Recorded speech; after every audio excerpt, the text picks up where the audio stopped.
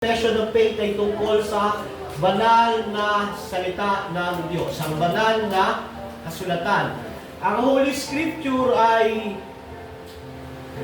alam natin na hindi nagbabago at ang makapangyarihan ng salita ng Diyos.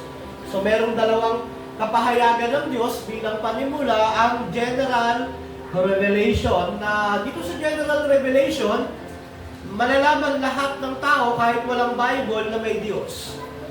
At ang purpose ng General Revelation, yung creation, yung conscience, yung history, para ipaalam sa tao na may Diyos, para pag siya ay ginudge ng Diyos, wala siyang maidadahilan. So napag-aralan din natin yan sa Roma, chapter 1. So yung special revelation naman ay para unang binigay sa mga Hudyo, Jews. So yung kasulatan ni Moises, yung Torah o Pentateuch, yung 5 books, yun ang simula. Pero later on, progressive, nabuo ito sa New Testament at Old Testament, 66 books. So ito ay sapat para sa kaalaman ng kasalanan, kaligtasan at buhay na walang hanggan, para makilala ang Diyos. So may dalawang libro ang Diyos. Yung isang libro, hindi naman literal na libro kasi general revelation. Pag nakita mo yung puno, yung buwan, yung between, nalaman mo sa history na si Christ ay pinako sa krus, general revelation iyon. Pangalawa, yung special revelation, yung libro, yung Bible. Yan ang salita ng Diyos.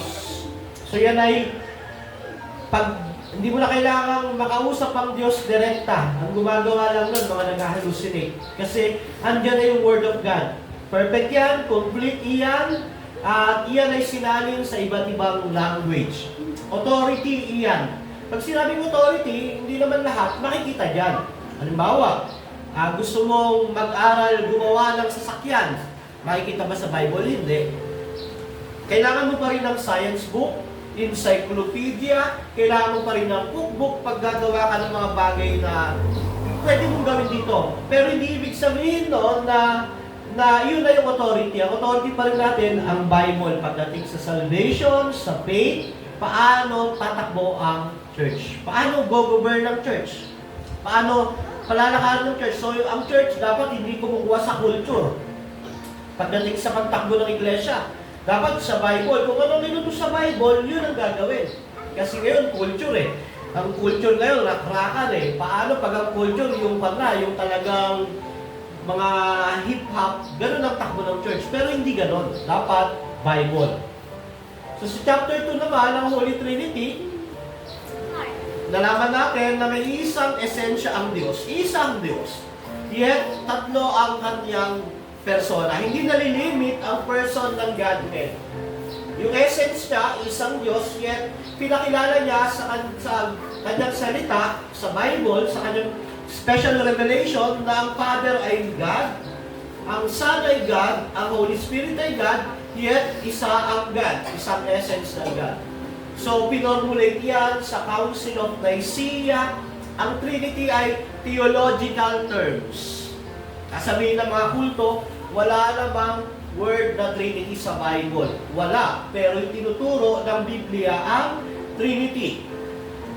Diba? Kasi ang hirap ipaliwanag pag tinanong ka ng mga nagtatanong sa'yo, ano ang paniniwala mo sa Diyos?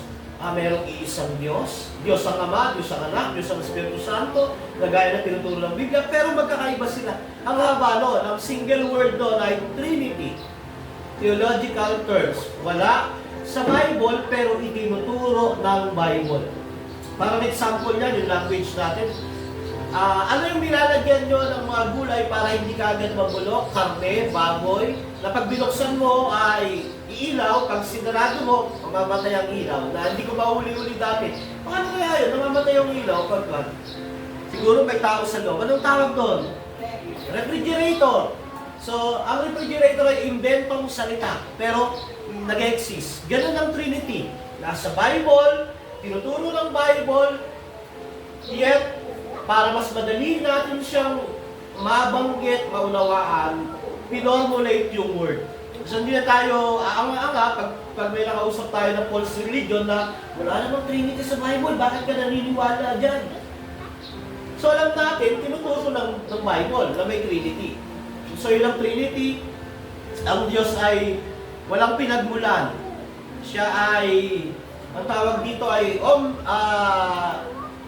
bang tawag doon, yung wala siyang pinagmulan, bago siya ang pinagmulan ng lahat. Nakalimutan ko yung exact word. Yung creation, ex nihilo, from nothing to something.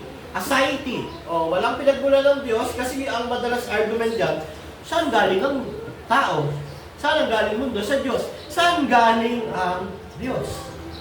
May gumawa sa Diyos. Kung may gumawa sa Diyos, sinong gumawa dun sa gumawa sa Diyos? Kung may gumawa sa Diyos, sinong gumawa dun sa gumawa ng Diyos? Ganun, hindi man natapos yung argument na walang katapusan. Ang tamang term niyan, walang gumawa sa Diyos, siya ang gumawa ng lahat. Aseity of God. Ang Diyos din ay may transcendence, impassibility siya. Ibig sabihin, wala akong emosyon ang Diyos. Nakahirap nito ituro, pero sa susunod, babalikan natin, wala akong emosyon ang Diyos. Hindi siya naapektuhan ng araw, ulan, init, bagyo. Hindi siya naapektuhan kung masipag ka ngayon, bukas magbabackslide ka. Naka-perfect lahat sa Kanya. Pastor, sinasabi ng Bible na jealous God. Yes, nire-relate ng Diyos ang kanyang sarili sa tao na maliit. Kumbaga, pilit, pinapaunawa ng Diyos ang kanyang katangian sa taong maliit. Pero hindi nagbabago ang Diyos. Kasi kung nagbabago ang Diyos, halimbawa ngayon, nagsimba ka, next week hindi ka nagsimba, tanggal na yung kaligtasan mo. Nagbago ang Diyos? Hindi. Hindi mo nagbabago ang Diyos. So, yun yung mga attributes. Alam ko na pag-aralan na natin yan. Babalikan ulit natin susunod.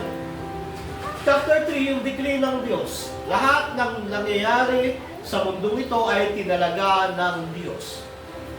Hindi ito kagaya ng nakatadhana na kasi na ganito mangyari sa akin. Hindi po. Meron kang kalayaang gawin ng tama at mabuti. Kung ano yung nangyari, do yun ang decree ng Diyos, pero hindi siya ang author ng kasalanan, ng kamalian mo. Hindi ka pinilit ng Diyos na gawin yung mali ang desisyon. Pero lahat dito sa mundong ito ay decree ng Diyos, yet ang tao may layang pumilit ng tama at mali. Tama at mali hindi yung para sa kaligtasan niya. Ang decree ng Diyos, lahat ng mangyari, yung ulan kanina, decree ng Diyos yun. Pastor, wala na akong magagawa, ganito na pala yung hindi po. Ang tawag kasi sa ganung pananampalataya, fatalism. Hindi tayo naniniwala sa fatalism na whatever will be, hindi. Meron kang kalayaan gawin ng tama at mabuti pa rin. So, yun ang iwaga ng God's sovereignty at human responsibility. Diba? May responsibilidad ka. General decree. Lahat ng nangyayari sa mundong ito ay decree ng Diyos. Even yung pagpako kay Kristo, pag-fall ng unang tao sa kasalanan, decree ng Diyos yun, yet hindi siya ang nagkasala doon. Hindi niya pinilit, hindi niya pinwersa, hindi niya inutusan ng tao magkasala. Bagkus ang taong makasalanan ng gumawa noon. Sumunod po ang personal decree. So yung mga taong hinirang niya para sa kaligtasan, itinalaga ng Diyos. Dinecree na yon from eternity past. Diba, Efeso 1-4, bago balik kayo ng mundo, pinili na kayo para kay Kristo. Sa gawa, ang lahat ng hinirang sa buhay na walang hanggan ay sumampalataya. So kilala ng Diyos ang bawat isa sa Kanya. Ang bawat hinirang niya para maligtas. So yun ang decree ng Diyos, lahat under ng control niya, sovereignty niya, power niya. Yet, hindi siya ang author ng sin, yet tayo ay may responsibility na gawin, piliin kung ano ang tama at mabuti. Sa chapter 4, sa creation naman, makikita natin yung overview ng creation, kailan, sino may gawa ng creation ng Diyos. Sabi ni Brother Jess, yung ex nihilo, paano nilikha ang creation from nothing to something. Mula sa wala, nagkaroon, di ba? Kaya in the beginning, God created the heaven and the earth. So lahat, creation ng Diyos. So ang pinakamataas sa kanyang creation, kapuspusan, yung tinatawag natin na tao, man, gawa sa image niya, imago Dei. Tayo ay gawa sa image ng Diyos. May kakayaan tayong mag-isip, may kalooban tayo, meron tayong damdamin, emosyon, nakapagdidesisyon tayo. Image of God, nakapag-create tayo ng mga bagay mula sa meron. Hindi mula sa wala. Hindi gaya ng Diyos. So, image of God. So, nalaman natin na may fourfold state ang man. So, nung creation, state of innocence, walang sin, perfect ang creation ng Diyos. Di ba sabi niya, lahat nakita niya mabuti. It was good. So, simula ang creation na perfect. Pero, mutable, pwedeng magbago si Adam at si Eve. So, nung nagkasala siya, Adam at Eve pumasok sa pangalawang state. Ano yung state? Okay. State of innocence. Pangalawa, nung nagkasala sila, pumasok sila sa state of sin. Makasalanan na.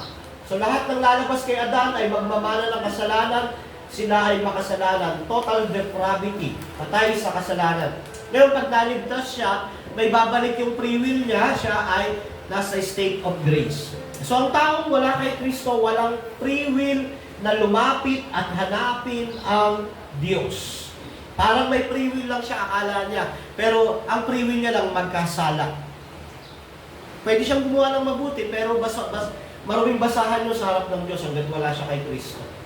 So, state of grace, pag namatay siya, napunta sa langit, state of glory, wala na siyang kakayahang magkasala. May free will ba ang tao sa langit?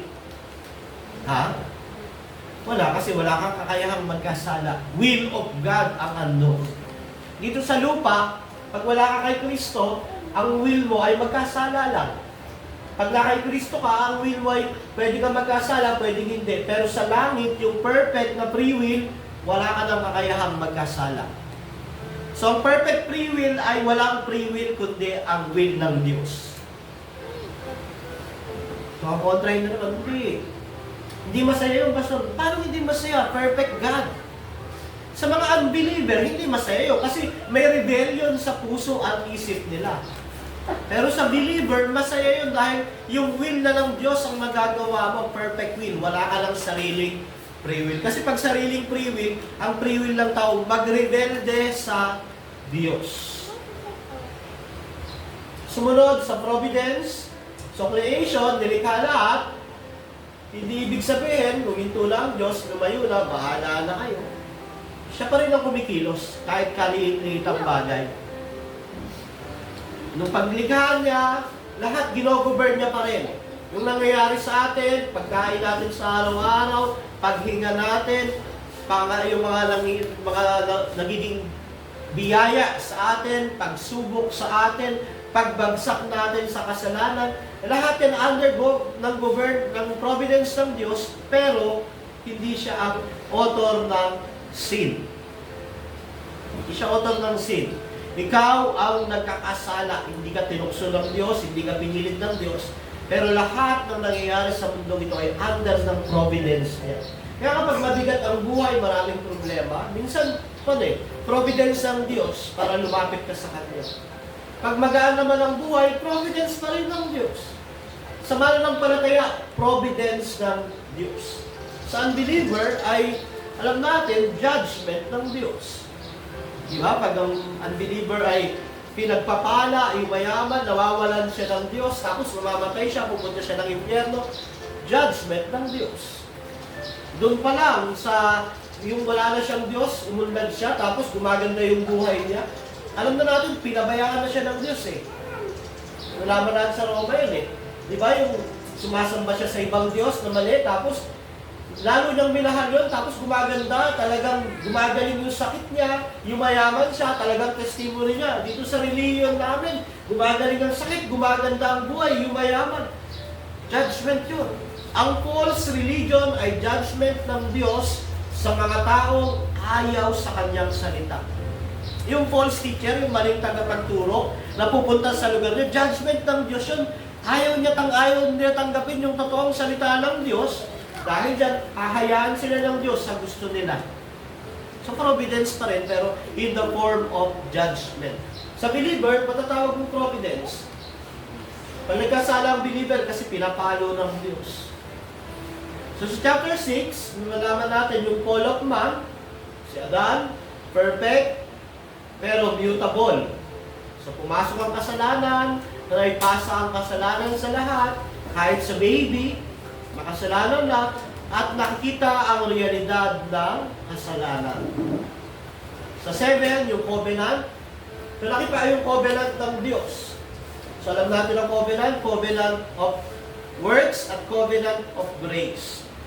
Sa covenant of works, nabigo si Adan. Ngayon, yung pangalawang Adan naman, ang sa second covenant, covenant of grace, si Christ.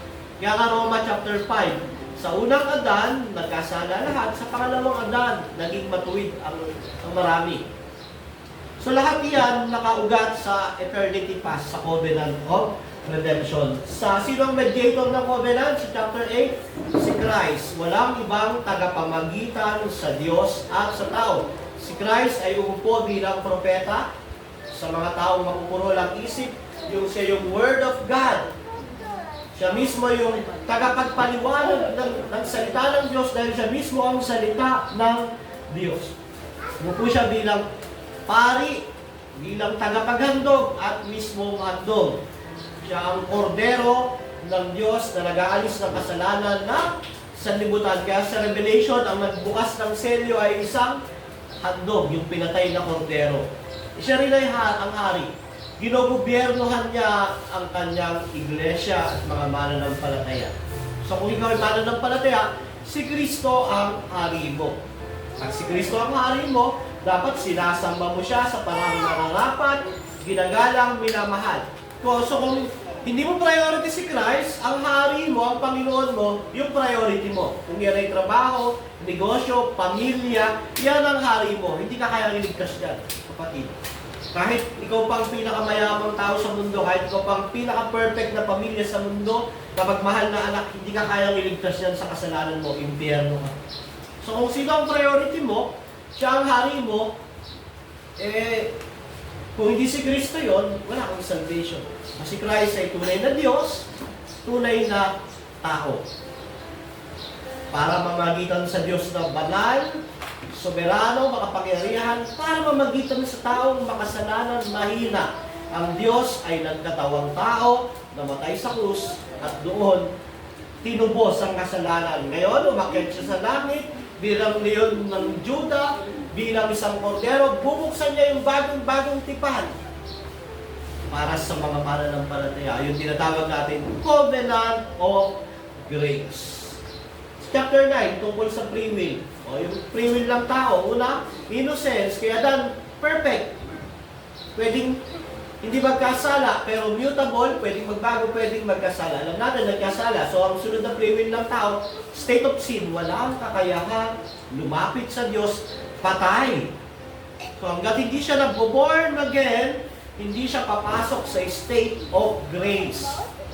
So, ang born again, hindi religion, na tumanggap ka lang, experience yan, na marinig mo yung Word of God, kumilos ang Espiritu Santo, binigyan ka ng bagong buhay, bagong kapanganakan. So, pumasok ka sa state of grace. Sa grace, pwede kang magkasala, pwede hindi. Gets? Pero wag mo piliin magkasala, piliin mong hindi, kasi sinasanctify ka ng, pinababanal ka ng banal na Espiritu Santo sa kamatayan at buhay na walang hanggan, glorification. So pag free will, wag nyo ka, pag narinig yun sa ito kasi ang Diyos-Diyosan ng mga simbahan ngayon, yung free will. Na pag ang free will daw ng tao, siya ang malakas. Pag ayaw mo kay Kristo, walang magagawa si Kristo. Na kahit pinili ka ng Ama, kahit namatay si Kristo sa iyo, kahit kikilos na yung Espiritu Santo sa iyo, ay ayaw mo, wala, kawawa. Sabi nga ni Kenneth Copeland, ang pinakakawawa raw ang Diyos. Iiyak-iyak siya. Dahil ayaw ng tao. Kawawa ang Ama. Pinili niya na, wala pa rin siyang magawa. Namatay na si Kristo, wala pa rin siyang magawa. Ang Espiritu Santo, ang kikilos, wala pa rin kasi may free will daw siya. Hindi po totoo yun. Ang tao, pag wala kay Kristo, ang free will niya lang magkasala. Kaya mahal na mahal niya ang kasalanan. Kaya yung iba, halimbawa, yung pag halimbawa, di paligtas ang tao, makikita mo na wala siyang desire na hanapin ng Diyos. Gusto niya palaging magkasala. Binibida niya yung kasalanan, pinagmamalaki niya yung kasalanan. At talagang proud pa siya sa gumagawa ng mga kasalanan. Diba? Gina-justify ko minsan ang kasalanan. So, chapter 10, yung mabisang pagtawag. So, ang mga hinirang ng Diyos, tatawagin ng Diyos para sa kaligtasan. Walang hindi maliligtas na hinirang ng Diyos. So, kasama diyan yung mga baby na sila ay ligtas dahil sila hinirang ng Diyos, namatay din si Kristo para sa kanila. Pero may mga false believers sa loob ng church. Ito yung nasama lang, na-enjoy yung fellowship, nagustuhan yung pagmamahal sa church, pero pagdating ng panahon, tatalikod siya dahil hindi naman talaga siya tinawag ng Diyos. Ito yung tawag nila yung aso, kinain ng aso yung pagkain, tapos sino ka niya, kakainin niya ulit yun. Yun yung mga peking mananampalataya na una, nasama sa church, na-enjoy yung church, natuto, naging pastor pa. Ngayon, naging pastor pa, namuno ng church ngayon, hindi pala siya talagang tinawag ng Panginoon, hindi siya talaga ligtas, magbabackslide. Reform na ganyan, yung kalaban na ng reform. Yung anak ni John Piper, ganyan. May mga kans. So may mga hindi talaga na-effectually called. So pang-11, yung pagpapawalang sala. So ang pagpapawalang sala ay sa pamamagitan ng pananampalataya kay Jesus lamang. So nung alam naman natin, ang tao sa lumang tipan at bagong tipan, naligtas parehas sa pananampalataya.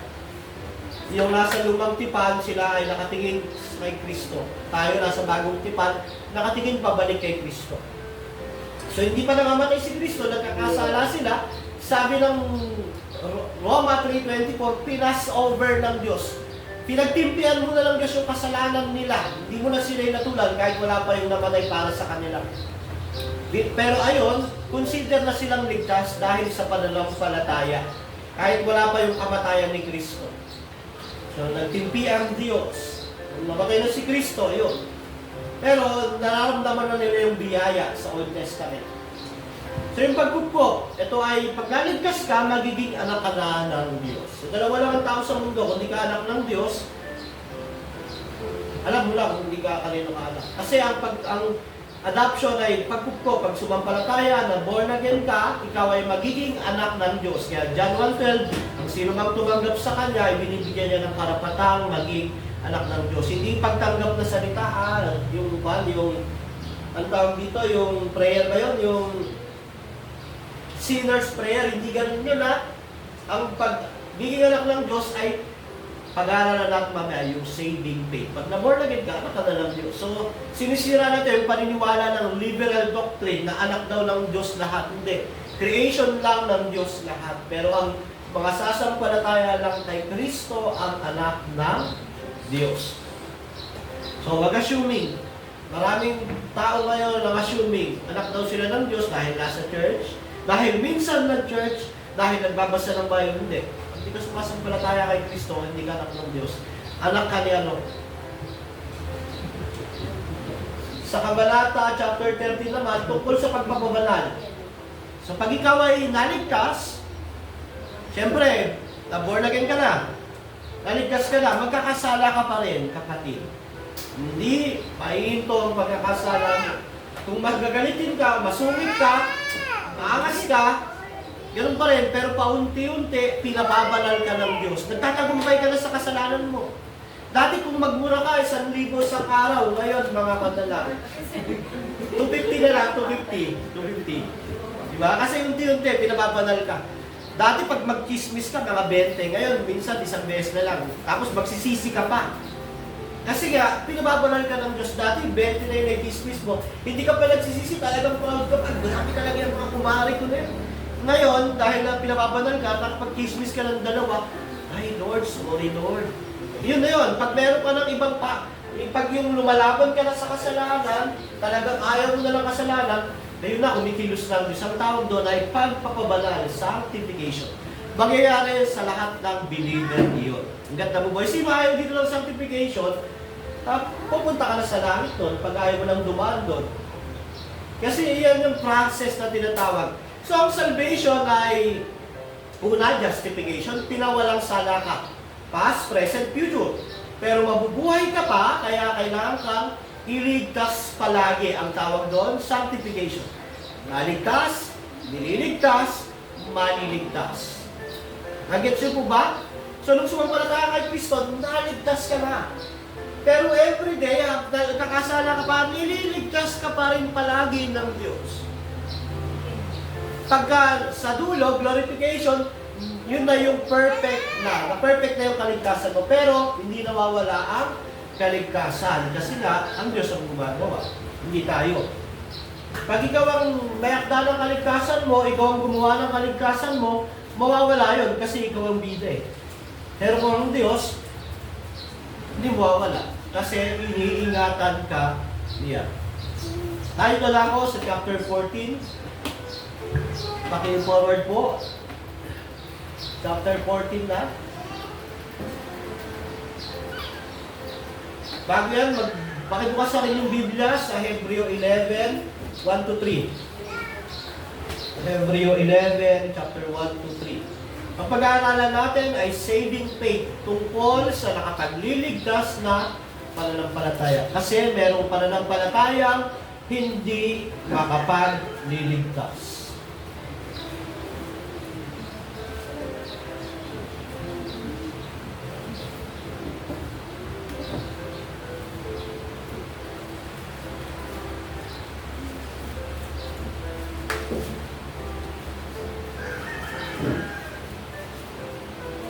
Sabi diyan, ang pananampalataya ay katiyakan na mangyayari ang ating mga inaasahan. Paninindigan tungkol sa mga bagay na hindi nakikita. Sinalugdan ng Diyos ang mga tao ng walang panahon dahil sa kanilang pananampalataya. Dahil sa pananampalataya, naunawaan natin na ang sanlibutan ay nilalang sa pamamagitan ng salita ng Diyos. At ang mga bagay na nakikita ay ginawa sa mula sa mga hindi nakikita. So ang pananampalataya daw ay katiyakan na mangyayari ang ating inaasahan. Ibig sabihin, trust, pagtitiwala sa mga bagay na ating inaasahan. At paninindigan tungkol sa mga ito. So ang tao ng unang panahon, kaya sila naligtas dahil meron silang saving faith. Ang saving faith ay galing sa Diyos.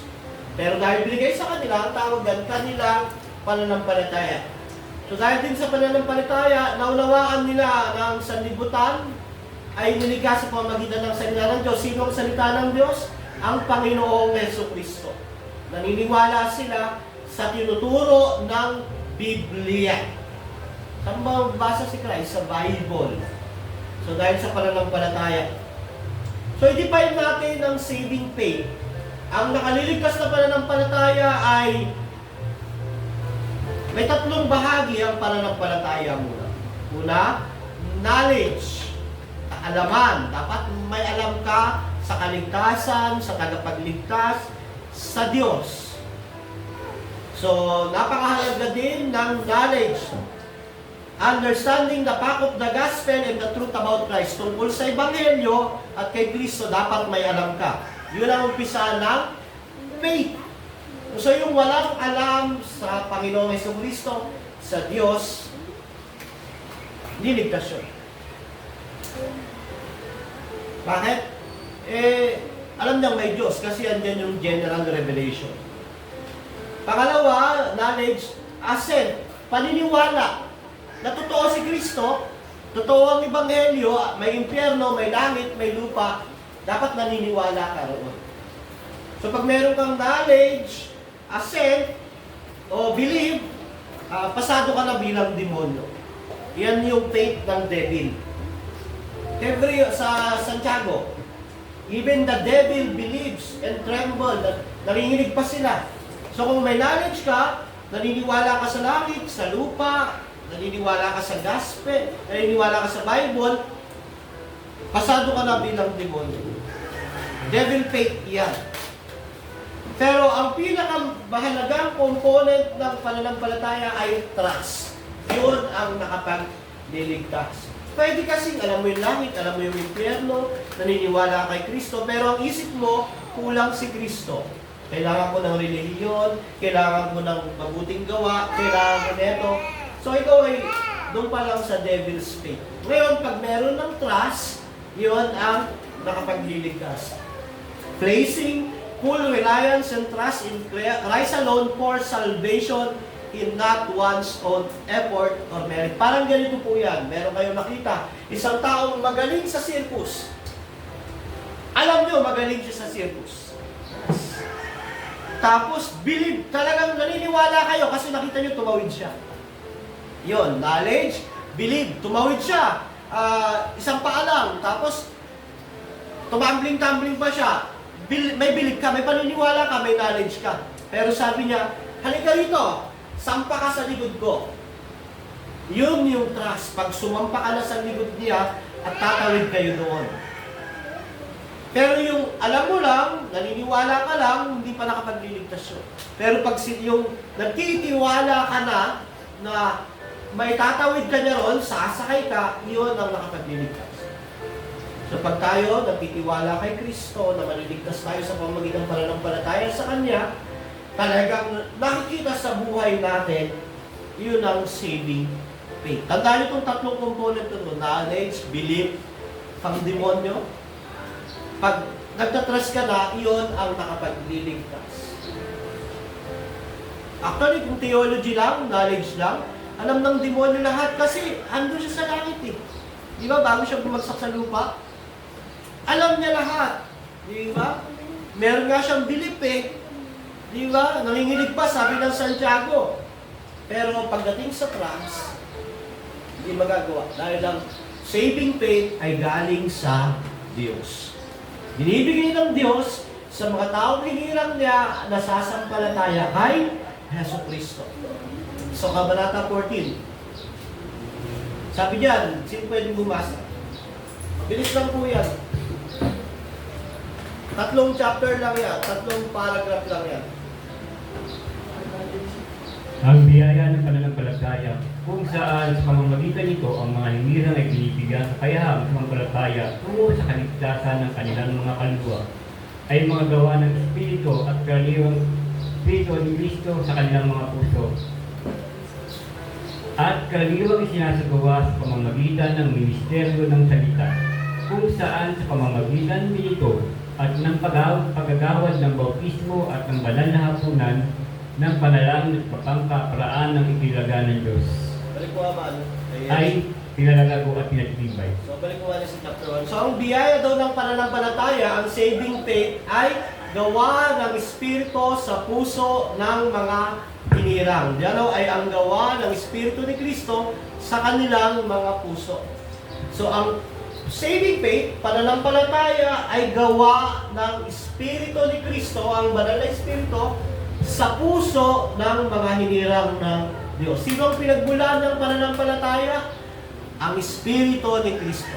Kaya, ang tao, kahit ulit-ulitin mong siyaran ng gospel, i-Bible study, kung hindi kikilos ang Espiritu ni Kristo, hindi siya magkakaroon ng tunay na kapagliligtas na pananampalataya.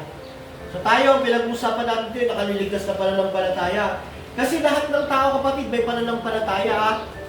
Kaso, ang tanong, nakapagliligtas o hindi. Diba? Ang mga ibang reliyon, may pananampalataya sila kay Buddha, may pananampalataya sila sa kung saan-saan, di ba? Minsan ang tao, pananampalataya nila sa material na bagay, sa tatay nila, sa nanay nila, sa kaharian nila, sa kayamanan nila. Pananampalataya pa rin iyon. Pero, hindi nakapagliligtas at maling pananampalataya. Minsan ang pananampalataya ng tao sa sarili niya. Galing ako, alam ko lahat. Alam ko na yan. Pero nakapagliligtas ba yun? Hindi. Ang saving faith ay gawa ng Espiritu. So anong daluyan? Paano mo natatanggap ang saving faith? Sumbuha mani? Una, sa pamamagitan ng ministeryo ng salita. Ganito, pagtuturo, pangangaral, pag may nagbabautismo, nagbabanal na hapunan. So sa gospel, through the gospel, natatanggap ng tao ang pananampalataya. Pag narinig niya, nag-preach ng gospel, nagturo ng gospel, may bautismo, may Lord's Supper, may nananalangin, narinig niya, kumilos ang Espiritu ni Kristo, magkakaroon siya ng saving faith. Iyon yung panahon na siya ay na-born again. Intindihan yung saving faith. So, pinagmumulan, ang Holy Spirit, so walang mayabang na, ang lakas ng pananampalataya ko. Hindi sa'yo yan. Kaya huwag kang mayabang. Galing yan sa Espiritu ng Diyos. Para hindi ka mauuto na, grabe, ang lakas ng faith mo, sister, no? Hindi ho. Ang faith galing kay Christ. So tumatatag lang yan through Christ pa rin. Through His Word pa rin. So nagmula sa preaching, teaching, sa bautismo, sa Lord's Supper, yan yung mga daluyan, dinaanan. Parang ito yung tao, ang pananampalataya, yung kable, ngayon yun yung pinagbulan ng pananampalataya. Dumaloy lang. So, ang pinagbulan, ang Diyos, through the gospel, kaya napakahalaga ng pag-share. Kaya dapat ang preaching lagi dito, gospel-centered, teaching, gospel-centered, fellowship, gospel-centered. Kahit kakunti tayo, unti-unti dumami. At least, hindi tayo nag-utuan na masaya. Maganda yung special number. Nakasentro tayo kay Kristo kaysa naman nag-utuan tayo ng pagdating ng panahon, hindi na masaya yung church, alis na tayo. Kasi, ang nakapagliligtas ay ang gospel. Anong gagawin sa church? Di siya ng gospel. I-preach ang gospel, ituro ang gospel. Sa baptism, sa Lord's Supper, sa fellowship, sa prayer, nagigets po. O sige, paragraph 2, dalawa na lang.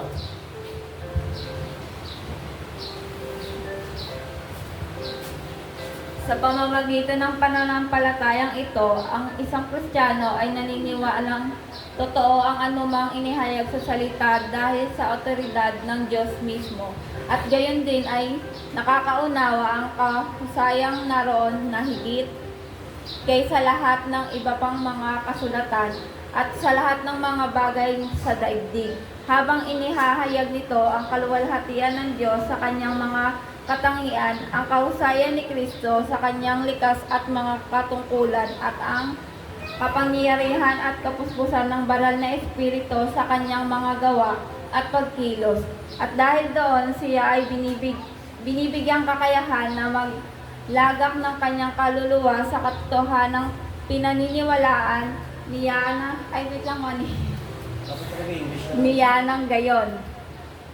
At gayon din siya ay kumikilos ng iba-iba ayon sa bawat partikular na talatang naroroon, sumusunod sa mga utos, nanginginig sa mga banta at niyayakap ang mga pangako ng Diyos para sa buhay na ito at sa darating.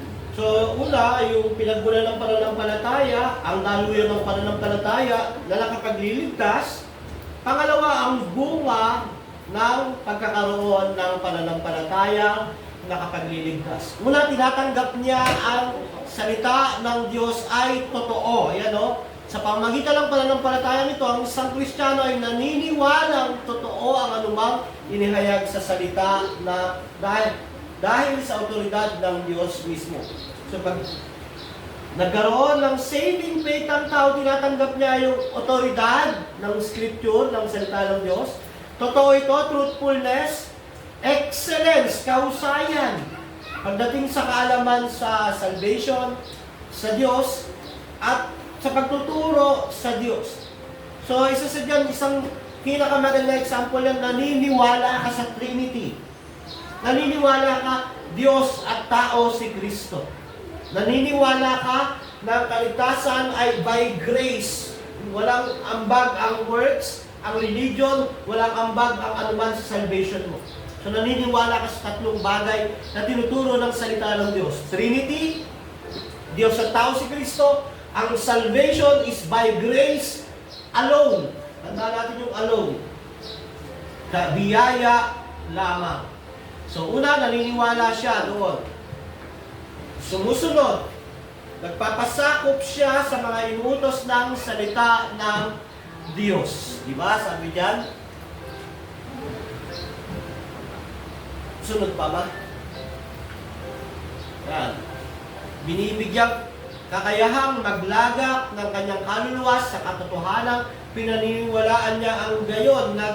Sumusunod siya, nagpapasakop siya sa inuutos ng salita ng Diyos at nanginginig. Sabi, meron siyang banal na takot sa mga babala. Ang tao minsan walang takot sa Diyos pero takot sa boss mali.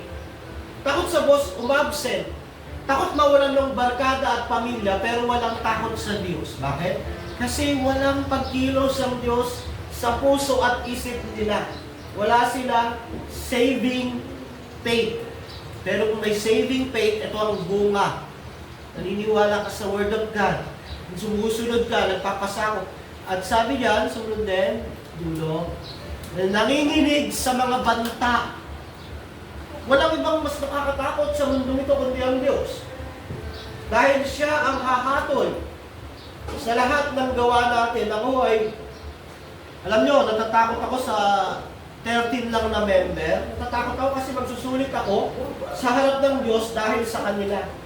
Na kung sila ay maliligaw, mawawala, at hindi ko naman kasalanan niyon, pero hindi ko maituro yung tama sa kanila, ako ay magsusulit sa Diyos. Kung halimbawa, ang tinuro ko sa kanila, ganito kayayaman, ganito gaganda ang buhay mo, ganito magtagumpay.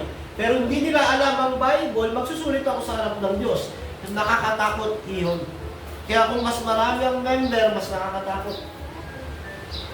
Dahil pananagutan ko ang bawat kaluluwa, natuturuan ko ng mali, tuturuan ko lang hindi salita ng Diyos, tuturuan ko ng prosperity gospel, false teaching, nakakatakot po iyon. Sabi yan, nanginginig sa mga banta. Sabi ng Bible, mag-ingat ang mga tagapagturo dahil mas mabigat ang hatol sa kanila. Kasi nakakatakot to. Lalo na yung mga laging narinig ang Word of God, every day narinig mo ang Word of God, tapos hindi ka natatakot. Ako ang natatakot dahil sa judgment. At ang pinakamahalagang epekto niyan ay ang pagtitiwala niya kay Kristo. Yes, nagkakasala ang tao, pero muli, sa dulo, ang pinakamahalaga na epekto o bunga ng saving faith ay pagtitiwala kay Kristo lamang para sa kanyang kaligtasan mula sa kanyang kasalanan. Na sapat, perpekto ang gawa ni Kristo. Yun ang saving faith, bunga noon. Sumunod, chapter 3.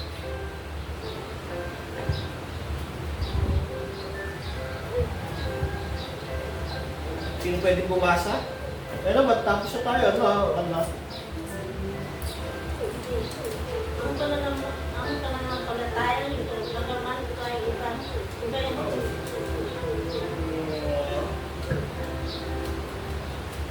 Ang pananampalatayang ito, bagaman ito ay iba-iba, nangantas at maaaring mahina o malakas. Ngunit sa pinakamahinaang antas nito, ito ay iba sa uri o likas gaya rin ng ibang nakaliligtas na biyaya. Mula sa pananampalataya at karaniwang biyaya ng pansamantalang mga mananampalataya, at kung gayon bagaman ito ay maraming ulit na hadlangan at pahinain, ito ay magtatagumpay.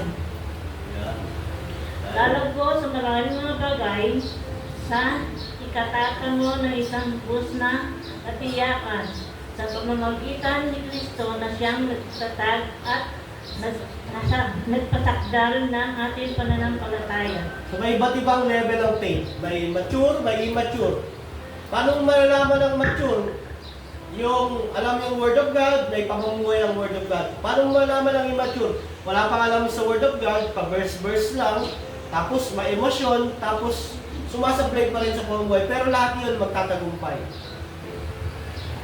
Magtatagumpay lahat yun, hindi kagaya ng false faith. Merong false faith, yung hindi nakapagliligtas na pananampalataya. Pero yung nakapagliligtas na pananampalataya, may level ng mature, yung mga matatagal na, talagang babad sa Word of God, na ipamumuhay ang Word of God at nagtitiis, nagtsatsaga, so nagmamature.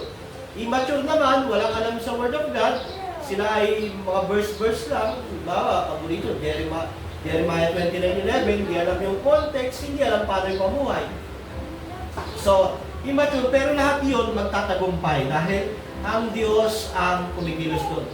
Bagamat may panahon na lang hihina ang faith dahil sa problema, kasalanan, dahil sa mga pagsubok, pero hindi ito mawawala, hindi masisira, hindi magagapi sapagkat si Jesus ang nagpapasakdal at may gawa mo. Yung true saving faith, may time, may panahon na nangihina, nasisira, nagagapi, pero hindi tuluyan. Hindi tuluyang mawawala, hindi tuluyang masisira at magagapi. May panahon na bagsak talaga pa dahil maraming problema, maraming pagsubok. Pero hindi yun mabibigo. Kapatuloy yun. Kaya itong sabi ng Hebreo 12:2, sabi diyan, ituon natin ang ating paningin kay Jesus. Sa Kanya nakasalalay ang ating pananampalataya mula simula hanggang katapusan. Dahil sa kagalangang naghihintay sa Kanya, hindi niya inalintana ang kahihiyan ng pagkamatay sa krus. At siya ngayon ay nakakaupo sa kanan ng Diyos. So, faith ay dapat nakatingin, nakatuon lamang kay Kristo. Mga kapatid, may tanong po ba? Ano tayo mag-pray? Sige, mag-pray muna tayo. Lord, salamat sa pag-aaral namin na ito. Tulungan mo kami at samahan muli sa kabuuan ng pagsamba. Salamat. Nawa ang bawat isa rito ay pagkalooban mo ng saving faith. Saving faith na lumalago, nagmamature. Gabayan mo kami palagi sa pangalan ng Diyos Ama, Anak at Espiritu Santo. Ito ang aming panalangin. Amen. May tanong po ba? Marami nagsasabi, kung sa numbers lang, kapag ang isang Bible study or fellowship ay masaya, kaya sabi pinapapala yung fellowship. Pero although, kung minsan nakikita natin na parang ang katuruan ay mababaw o kaya parang pag-i-entertain natin sa nakikinig ng ginagawa nila. Hindi ba kita malaking kasalanan? Una ang tagapagturo ay may pananagutan. So pag hindi biblical ang turo, may pananagutan sa Diyos, sa kasalanan yun. Pangalawa naman, paano mo malalamang nagmamature, lumalago at pinagpapala ang isang gawain? Una, nag-church yung mga nagkakaroon ng pag-church, yung mga nakakarinig ng salita ng Diyos. Diba? Doon mo malalamang masaya, pinagpapala ang isang gawain kung ang mga nakarinig ng salita ng Panginoon ay nagsisimula ng maghanap ng iglesia at sila ay nagligtas na. Doon. Pero kung kasiyahan lang, madali yung magkasiyahan. Halimbawa, magpa-Bible study ka, magpa-bingo ka, masaya yun. Di ba? Magparapol ka, masaya yun. Mamigay ka ng bigas, masaya yun, pero maliligtas pa sila. Hindi ang makikita ang pagpapala ng Diyos sa mga gawain kung may naliligtas. Kung may nagiging miyembro ng church na lumalago sa pananampalataya. Kahit dalawa, kahit isa. Unang-una, pananagutan yun ng tagapagturo. Pangalawa, para masabing totoong lumalago yan, dapat na ma-magnify si Christ. Si Kristo ang nagiging sentro. Kung ang sentro ay kasiyahan, enjoyment, hindi si Kristo, baka yung pastor pa ang bida at sentro, may problema yun, pananagutan sa Kristo. At sa akin, pwede ko namang gawin yun eh. Gusto ko madami Bible study, magpabingo ako. Diba? Magpabigay ka ng maraming bigas. Pero, yun ba ang tinuturo ng Biblia? Maubusan ka ng pera. Diba? Tapos, ang magiging sentro yung bingo. Pero hindi ganun ang tinuturo ng Bible. May tanong ba? Kaya ako.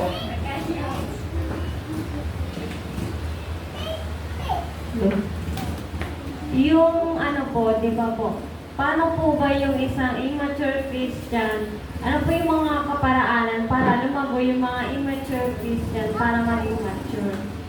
Una po, magbasa ng Bible, manalangin, dumalo sa prayer meeting, dumalo sa Sunday worship, makipag-fellowship. Walang sikreto, yun lang. Magbasa ng Biblia, manalangin, dumalo sa prayer meeting, dumalo sa pagsamba, makipag-fellowship sa kapwa Kristiyano. Kasi kung kaka-fellowship mo unbeliever, lagi kasama mo, ayun, yung pananampalataya mo na hindi lumalago. Kung ikaw naman di nagbabasa ng Biblia, hindi ka lumalago sa pagkakilala kay Kristo. Kung hindi ka nananalangin, hindi lumalago yung pagtitiwala mo sa Diyos. Kung hindi ka umati ng prayer meeting, hindi ka umati ng Sunday worship, wala kang ka-fellowship na mga mananampalataya. So, hindi lalago ang mga immature kung walang gano'n. Yun ang means para lumago ang faith. Di po ba sabi nyo, mas malaki yung pananagutan ng mga tagapagturo na yung mga nagtuturo, mas malaki yung pananagutan nila doon sa mga tinuturoan nila.